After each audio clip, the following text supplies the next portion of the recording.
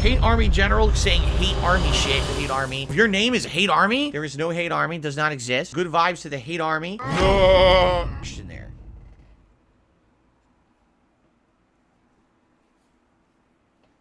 She must. We need time. Time? For what? I've learned more about the relic. I cross-referenced Slytherin's spellbook with everything in the library on relics and dark sacrifices. That's when I realized something. I believe the relic will only work inside the catacomb. The catacomb. We're going to call them catacombs again, I see. I'm trying to decompress my back. I felt perfectly fine. And then I sat down and started playing after break here. And all of a sudden, it feels like my back tweaked. My upper back. Like one of the discs. Previously in my life, I had a seriously bad lower back injury where I had a severely herniated disc. This feels like a tweaking of the disc in my upper back, which I've had before. And it leads to some pain and numbness and stuff for a few days till it goes away. So I hope it's not serious. I hope I didn't, like, hurt it too bad. But I don't know what happened because I didn't really do anything. Stupid. I got a stupid body. Okay. We just need to get Anne to the catacomb and work out how to make a dark sacrifice. Do my parents have back problems? Yes, they do. Both my mother and my father have back problems. So I'm pretty much plagued to have them the rest of my life. Considering I had my serious injury when I was only in my late 20s. Yeah, that's pretty bad. They still have their winter stuff up, so the season has not progressed yet. Even though we did the trial. I thought we'd pass the season. I guess not. To speak with you. Can I say what my major injury was? It was a severely herniated disc in my lower back L4, L5 vertebrae, which is the vertebrae that sadly controls bowel movements. Very bad. Because if it got any worse, I might have lost control of being able to use the bathroom properly. It was so herniated that when I went and got my MRI, the doctor said if we didn't catch this now, this was going to rupture any day. Like literally, it was about to burst. So I lucked out and started doing mitigating, therapy, injections into the spine before it exploded. And so because of that, it took several years, but finally it kind of like adjusted itself and stopped being herniated after about, let's see, I got diagnosed probably 2007. And I moved out here in 2014, and within, I'd say, 2 years of moving here, it adjusted. So I'd say about 9 years it took until finally it's not really an issue anymore. But I still have lingering back issues every once in a while. If I have a day where I'm out and about and I'm doing a lot of walking or lifting stuff and carrying stuff, it'll hurt bad or even get numbness again. And my upper back now, I'm noticing I'm getting tweaking.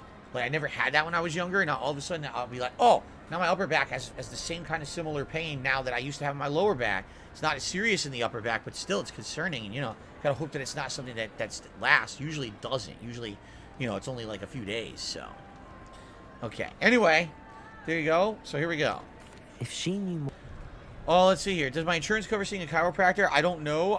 What I did is I had physical therapy for about 3 or 4 months, and I had a series of cortisone injections into the disc to let the swelling go down, and basically I adjusted my lifestyle so I wasn't doing anything to stress the disc anymore. I also bought a back stretcher, which is a device you would lay on it and put these, I don't even know what to call it, like knobs on your feet, and you would pull it like this. There'd be 2 things. You'd be pulling arms, and it would stretch your back out to decompress your back and let the muscles actually become more used to that kind of activity so that they would strengthen. I used that for a good year. So basically, I did all these things myself, plus I couldn't keep doing the medical stuff because I couldn't afford it.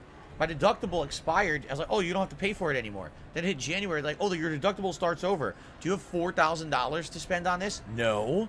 So I had to stop going, and basically I just adjusted my life over time. I lost weight. I adjusted my diet. When I moved out here to Washington, now I don't have a lot of things going on where I have to constantly be risking, carrying heavy things or whatever. Basically, everything's adjusted, and now my back, my lower back at least, is much better. So, no, I never had the surgery. There was, at the time, they had fusion surgery, and they had just started doing this laser surgery for discs.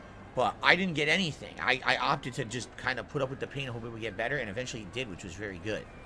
Krasko says, I sense through your pain and suffering you developed resilience. Basically, I have a very good tolerance for pain. Because there was a good, not exaggerating, 5 years of my life were constant pain. And I had to deal with it. What am I going to do? Lose my mind?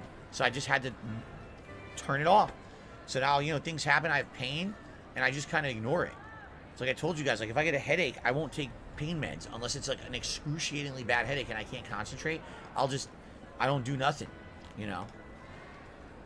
Oh, let's see here.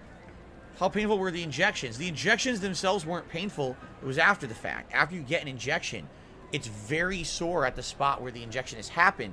And it happens that he had to inject these basically near my tailbone. So it's like my ass hurts for like days and days when I got a lower back injection. It was bad. But then it would go away after about maybe 2 days. The pain would go away. Okay. What are you doing? You silly cat. He really wants attention. Now we have someone insulting me. Oh, you're milking your back injury.